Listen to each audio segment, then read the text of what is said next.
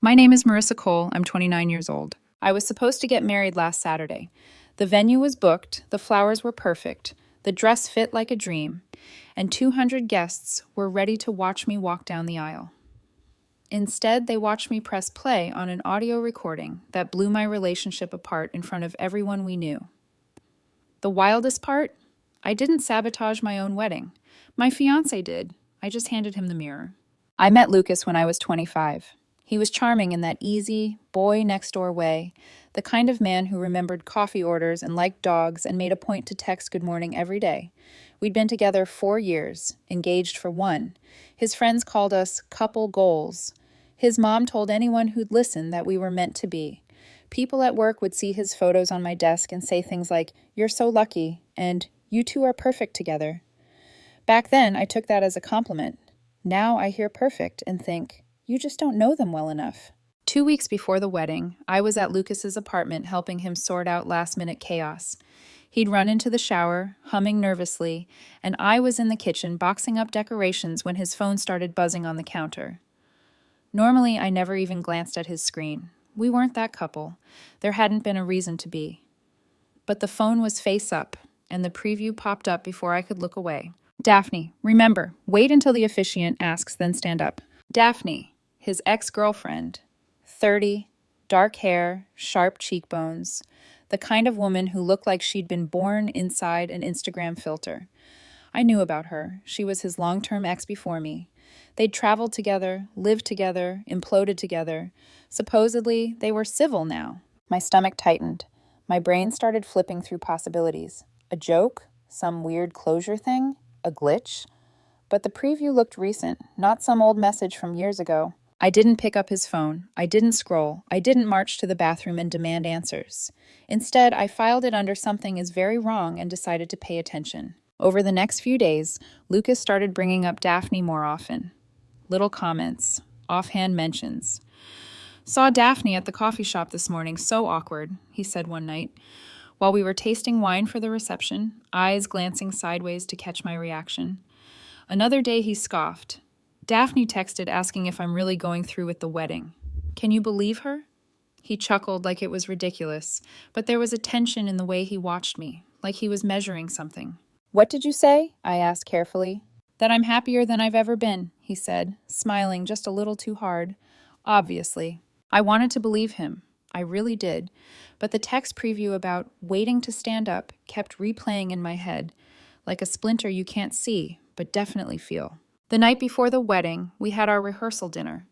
Lucas's best friend, Logan, gave a teary toast about how Lucas was finally settling down. His younger brother Parker made crude jokes. My friends clinked glasses and hugged me. There was too much food, too much alcohol, too many people saying, "Tomorrow is your day." Later in the evening, Logan found me by the dessert table.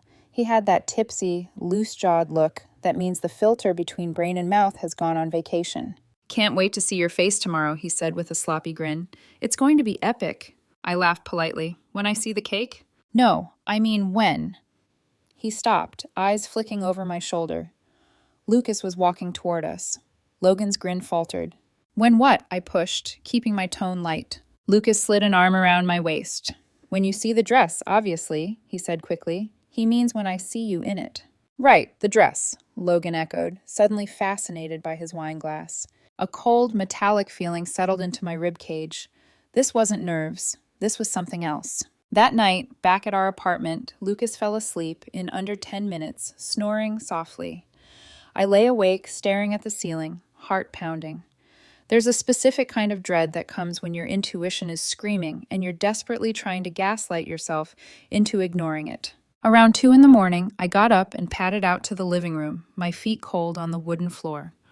On the coffee table sat our shared iPad, the one we use for travel and recipes, synced to both our phones. I picked it up. I told myself I wasn't doing anything wrong, that I just needed reassurance, that I'd find nothing and feel stupid and then marry him in the morning with full confidence. I tapped messages. It loaded his account instantly. There, pinned near the top, was a group thread.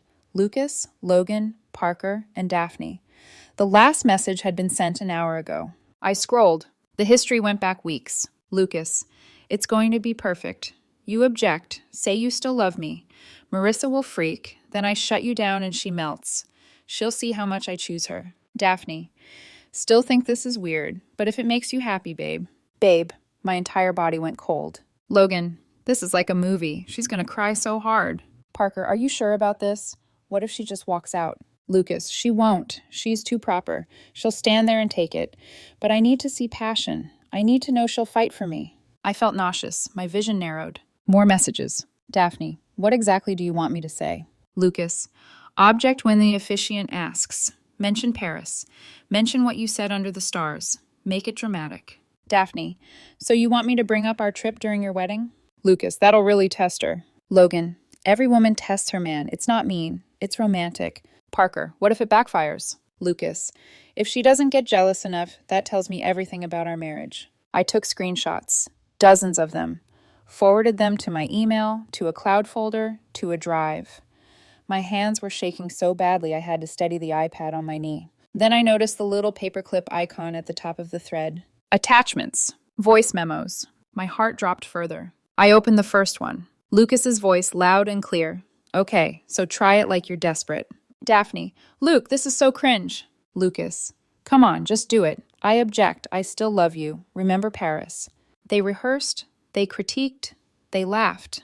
There were multiple takes of him and his ex-girlfriend practicing ruining my wedding like it was a theater exercise. Should I mention the hotel balcony? Daphne giggled on one file. Yeah, Lucas said. That will really test her. I felt something inside me snap, not with noise, but with a cold, clean certainty. I downloaded every audio file, saved them, backed them up 3 different ways. For the first time in hours, I slept. Not well, not peacefully, but enough. In the morning, the sky was the kind of clear blue people pray for when they choose an outdoor photo session. The weather app called it perfect wedding weather. The universe has a dark sense of humor. I put on the dress. I let my friends zip me in, cry, spray too much perfume on my neck. I smiled for photos. I walked into the church on my father's arm, every eye on me, the string quartet playing something softly romantic. Lucas stood at the altar, looking at me like I was the rest of his life. I knew, as I walked toward him, that he had no idea his own little test was about to become mine.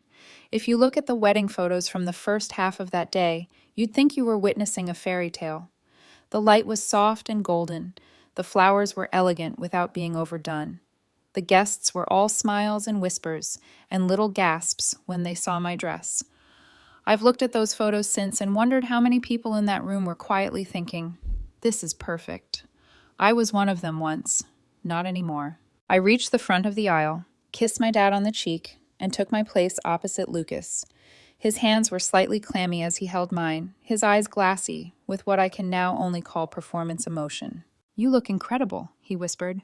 "Thank you," I said, forcing my lips into something that resembled a smile. "You ready?" He squeezed my hands. More than anything. The ceremony moved forward, each moment falling into its proper place like a row of dominoes. Readings. Prayers. A song from his cousin whose voice always cracked on high notes. The officiant spoke about love and commitment and trust. I almost laughed out loud at that part. We exchanged vows. His were heartfelt and rehearsed. Mine were steady and simple.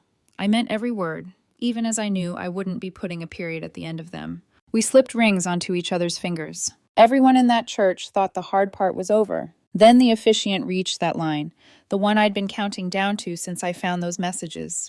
If anyone here knows of a reason why these two should not be joined in holy matrimony, speak now or forever hold your peace. For half a heartbeat, the room was silent. Then, right on cue, a voice rang out from the 5th row. "I object." Every head swiveled. Daphne stood there, clutching her clutch bag to her chest, face set in a trembling expression I recognized from the voice memos. Rehearsed heartbreak. "I still love you, Lucas," she said, voice shaking just enough to sound real. "We were meant to be together. Remember Paris? Remember what you said under the stars on that balcony?" There it was. Paris, balcony, stars.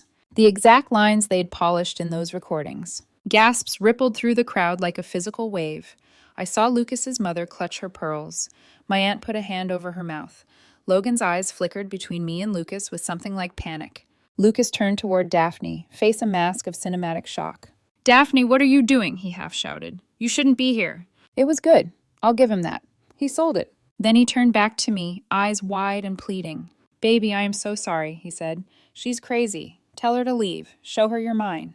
There it was. The line. The moment he'd been waiting for. The cue for me to break down. To cling to him.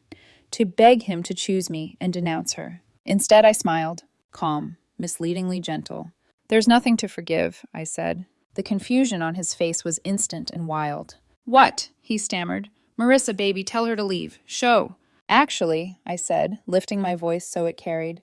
Before we go any further, I have a little something for everyone to hear. From the back of the church, the AV guy I'd slipped $100 to that morning stood, ready. Lucas frowned. What are you doing? Playing along, I said, pulling my phone from the hidden pocket in my dress. I tapped twice. The AV tech connected to my Bluetooth. The speakers hummed to life. Then, through the sound system echoing off stained glass and polished wood, came Lucas's voice. If she doesn't fight for me or get jealous enough, that tells me everything about our marriage. The room stilled. On the recording, Logan laughed. What if she just walks out? She won't, Lucas's recorded voice replied. She's too proper. She'll stand there and take it like always, but I need to see passion. I need him. I paused the audio for effect. Sorry, I said lightly. Wrong pronoun. I need her to prove she's mine. A murmur rose from the pews. Stop it, Lucas hissed under his breath. Turn it off. You're embarrassing yourself. I hit play again. Daphne's recorded voice. Should I mention the Paris trip we took? Lucas. Yes. That'll really test her. Daphne. This is so weird, Lucas. Lucas. Come on, it's romantic. Every girl dreams of a man fighting for her. Laughter. The easy, careless laughter of people who think they're clever and untouchable. I let the entire 5-minute rehearsal play. Every babe from Daphne. Every she'll melt when she sees how I pick her from Lucas. Every if he doesn't pass this, that tells you everything from Logan. While it played, I watched the room. My mother's hand flew to her throat. My father's jaw clenched so tightly I thought his molars might crack. Lucas's brother stared at his shoes.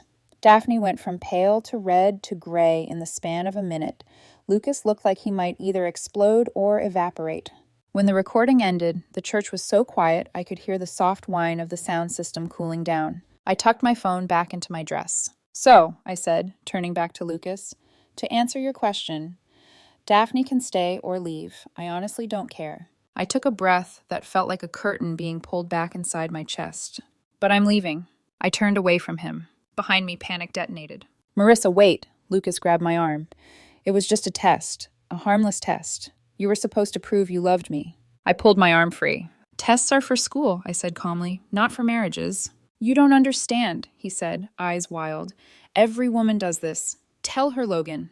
Logan, from his place near the front, actually nodded before catching himself. I mean, it's normal to want reassurance, he muttered. I turned to the guests. Show of hands, I said, voice carrying. Anyone here ever stage a fake objection with an ex at their own wedding to test their partner's love? Silence. One of my groomswomen's dates lifted his hand halfway. My ex-girlfriend did fake a cheating scenario once to see if I'd beg for her, he said. We broke up 2 days later. From the third row, Lucas's father stood up, fury carved into every line of his face. What the hell is this, Lucas? He demanded. Lucas turned to him, grasping at the last script he had. She's humiliating me, Dad. She's trying to ruin our wedding. You did that yourself, I said. All I did was press play. I walked down the aisle, each step echoing. The train of my dress dragged along the runner like the tail end of a dead thing I was done carrying. As I reached the doors, I heard Lucas's mother start sobbing. Daphne stammered something about just wanting to help. The officiant muttered about sanctity of vows. My best friend Luca, yes, confusing, I know, let out a low whistle. My dad followed me to the doors, but didn't try to stop me. Outside, the air was sharp and bright, a little too bright. My best friend's husband, Jonah, caught up with me on the sidewalk and pressed my car keys into my hand. I'll handle the rest, he said. Go. Bar? He added with a faint smile. We already told them to chill your favorite wine. I nodded, something between a laugh and a sob catching in my throat. Behind me, muffled through the heavy wooden doors, I could hear the sound of my life detonating. Voices raised, accusations thrown, excuses launched. I didn't look back. Playing the happy bride had been the hardest acting I'd ever done. Walking away was the easiest. If someone had walked up to me on the sidewalk outside that church and said, "This is only the beginning," I would have laughed. or cried, or maybe both. But they would have been right. What happened inside the church was the explosion. What followed in the days after was the fire, slow, spreading, consuming everyone who thought they were untouchable. The morning after the wedding, that wasn't. I woke up to pounding on my apartment door. Not a polite knock, a bang, the kind that makes your soul leave your body for a second. I dragged myself out of bed, still wearing the oversized shirt I slept in, hair matted from tossing. When I looked through the peephole, I nearly choked. Lucas, still in his tuxedo, still wearing his boutonniere, makeup from his mother's tears smudged on his shoulder. I cracked the door, but kept the chain on. "You ruined my life," he said before I could speak. His voice shook, not with heartbreak, but with rage. "You're still in the tux?" I asked before I could stop myself. "Where else would I go?" he snapped. "We were supposed to be on our honeymoon right now." "Maybe Daphne's free," I said. "You two can recreate Paris." He screamed, a primal, guttural noise that brought two neighbors to their doors. "You don't understand," he shouted. "It was just a test." "Lucas," I said, calm in the way only a woman who's done being humiliated can be, "you staged a fake wedding objection with your ex to see if I'd get jealous." He scoffed. "You're exaggerating. It was harmless." "Harmless?" I repeated. "You humiliated me in front of 200 people." "You humiliated me by exposing it," he shouted. "Tests are normal. Name one woman who hasn't tested her partner." I blinked. "Lucas, you don't need me. You need therapy." His face went red. "My therapist told me I have trust issues and I needed reassurance." "And you thought the solution was to use your ex-girlfriend as a prop?" He switched tactics in an instant. The tears, the gulped sobs, the trembling lip. "I just love you so much," he whispered. "I needed to know you'd fight for me." "Fight who exactly?" I asked. "The ex-girlfriend you rehearsed with?" He banged on the door again. "We're getting married next month. Dad rescheduled everything." I blinked. "Your dad rescheduled our wedding without the groom?" "You'll come around," he said confidently. "You love me. You're just being dramatic." "I walked out of the church, Lucas." "Cold feet," he said, dismissing it with a shrug. I didn't bother replying. I closed the door. He pounded for 5 more minutes before finally leaving. Monday, his mother called. "Francine," a woman whose voice always sounded like someone permanently sniffing a lemon. She didn't say hello. "You owe us $20,000, she snapped. "The venue, the catering, the flowers, all wasted because you threw a tantrum." "I didn't plan a fake objection, Francine." She sniffed. "It was harmless, a silly girl test." "Your son is 27. And," she said, "it's your job to reassure him." "Francine," I said, pinching the bridge of my nose, "your son conspired with his ex-girlfriend." She gasped like I'd just used a slur. "Conspired? Don't be dramatic." "And now the whole town is laughing at your family," I added, twisting the dagger. She shrieked, "You destroyed my baby." "Your baby," I said, "destroyed himself." I sent her screenshots. She hung up. Tuesday, it was Parker, Lucas's younger brother. He showed up at my job, in the lobby. Security had to escort him out after he started yelling about how I was emotionally abusive for abandoning his brother. He said I clearly never loved Lucas if I couldn't handle one tiny test. When the guards pulled him out, he screamed, "I hope you're happy, you big fat." The doors closed before he finished. My boss called me into his office. I thought I was getting fired. Instead, he showed me the wedding video someone posted on TikTok. He laughed so hard he nearly fell out of his chair. "Take the rest of the week off," he said. "On us." Wednesday, Daphne reached out, because apparently delusion is contagious. "Can we talk woman to woman?" she wrote. I should have ignored her, but curiosity is my fatal flaw. We met at a coffee shop. She arrived wearing sunglasses indoors, like a celebrity hiding from paparazzi no one assigned her. "I'm so embarrassed," she said immediately. "This isn't who I am." "Really?" I asked. "Because you rehearse lines like a community theater understudy." She flinched. "Lucas made me. He said it would help him feel secure." "And you believed him?" She twisted a straw wrapper. "I still love him. I'd do anything for him." "That did it." "That's the problem, Daphne," I said. "You're loving a man who uses people like props. He used you. He used me. And you let him." Her lip trembled. "I thought I was helping him grow." "You were enabling him," I said. "There's a difference." She didn't answer. She just cried into her latte. As I walked out, I realized something. I hadn't dodged a bullet. I'd dodged a firing squad. Thursday night, everything blew up again. This time online. Gianna, Lucas's mother, posted a 12-paragraph Facebook essay about how I was emotionally abusive, how I gaslit poor Lucas, how I trapped him into a marriage and then humiliated him. She even tried to claim that me playing audio recordings counted as revenge porn. It wasn't. Within hours, her flying monkeys descended. Messages, calls, fake accounts telling me to die, comments about my appearance, deep dives into my Instagram. But then Gianna, sorry Francine, truly the same energy, made a fatal mistake. She included details, specific ones, about how Lucas just wanted to see if his fiancée loved him enough. Wait, someone commented. So you planned the objection? You involved his ex? You rehearsed it? The narrative imploded. Fast. Women were furious. Men were stunned. Therapists stitched themselves into the comments like overstimulated spiders. Then someone found Lucas's ex tweets. Years of prideful confessionals. Every girlfriend tests her man. If he doesn't get jealous, he doesn't care. Fake scenarios are the best way to test loyalty. If your man doesn't fight for you, he doesn't deserve you. The internet feasted. But the final blow, the one that knocked the last card out of Lucas's delusional castle, came on Friday. His father called me. Anthony, a man whose arrogance could be bottled and sold as cologne. But this time his voice was different. Measured. Desperate. Let's be reasonable, he said. You and Lucas should marry privately next month. No, I said. I'll pay you. Excuse me? $50,000. I laughed. You want to pay me to marry your son? He exhaled sharply. Fine, $100,000. My jaw dropped. $200,000, he snapped. But you must sign a prenup with a non-disclosure clause about the first wedding. I blinked. You want to pay me $200,000, I repeated slowly, to marry a man who rehearsed a fake objection with his ex to test me? Yes, he said, to protect our family's reputation. I'm not for sale, Anthony. You'll regret this, he snarled. I know people. You'll never work in this town again. I recorded the whole call. Single-party consent state. I hung up. Then I exhaled for the first time in days, because I knew exactly what I was going to do next. When people say, the truth will set you free, they never mention the part where it first sets everything on fire.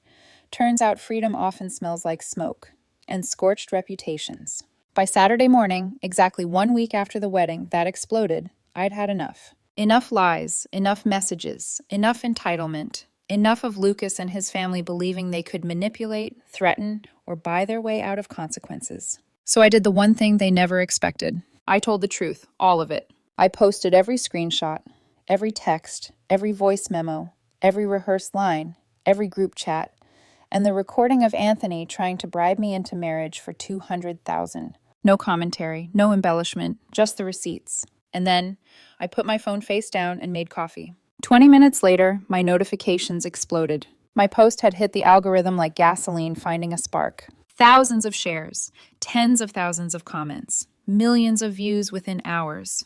People were horrified. People were fascinated. People were laughing. People were furious. And no one, and I mean no one, was on Lucas's side. Memes began immediately. One was a photo of Lucas crying at the altar with, "When you fail the loyalty test you planned." Another, "Don't be a Lucas. Don't be a Daphne.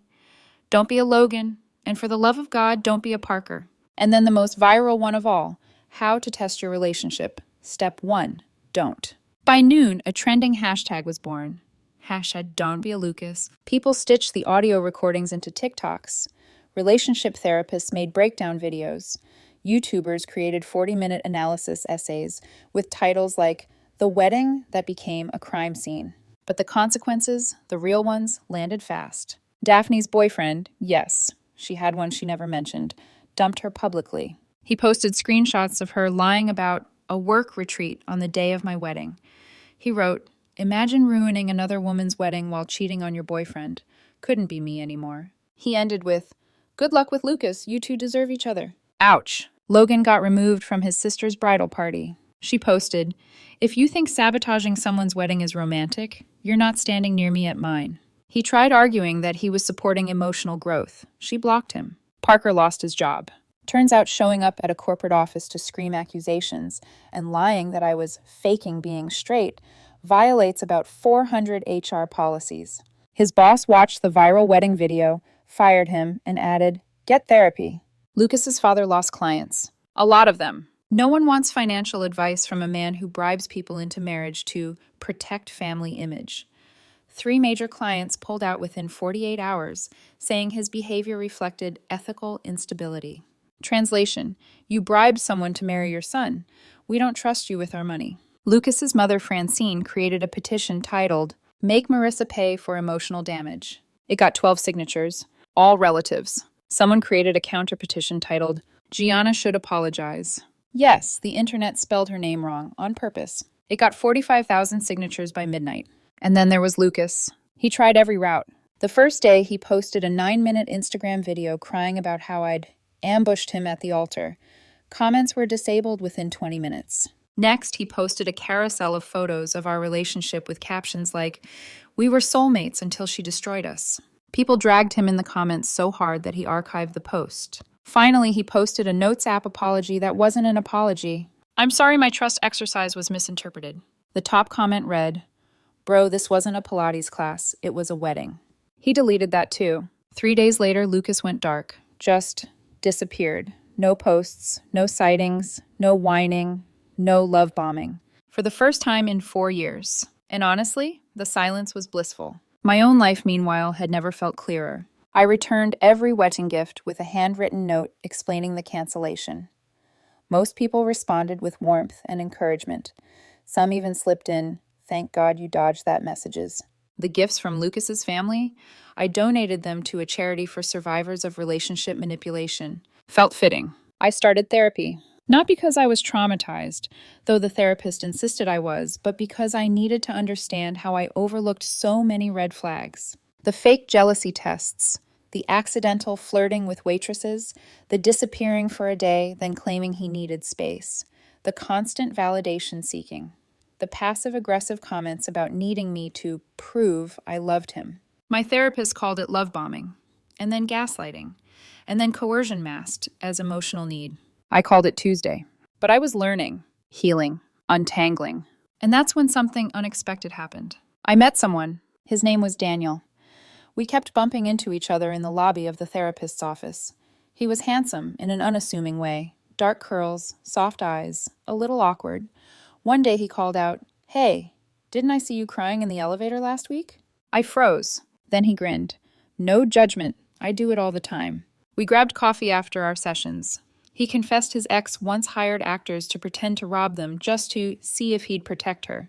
I blinked. "So she staged a mugging?" He nodded. "With ski masks." We laughed. A lot. "We're not dating. Not yet. But we're something." He told me on our third coffee, "Just so you know, I don't do tests. If I feel insecure, I use words, like an adult." I nearly proposed on the spot. A month later, the wedding venue offered me a credit to host any event I wanted in the future. I told them I'd think about it. But I already knew. In a year, on the same date, at the same venue, I'm throwing an I dodged a bullet party. Everyone's invited. Except Lucas, except Daphne, except anyone who thinks relationship tests are normal.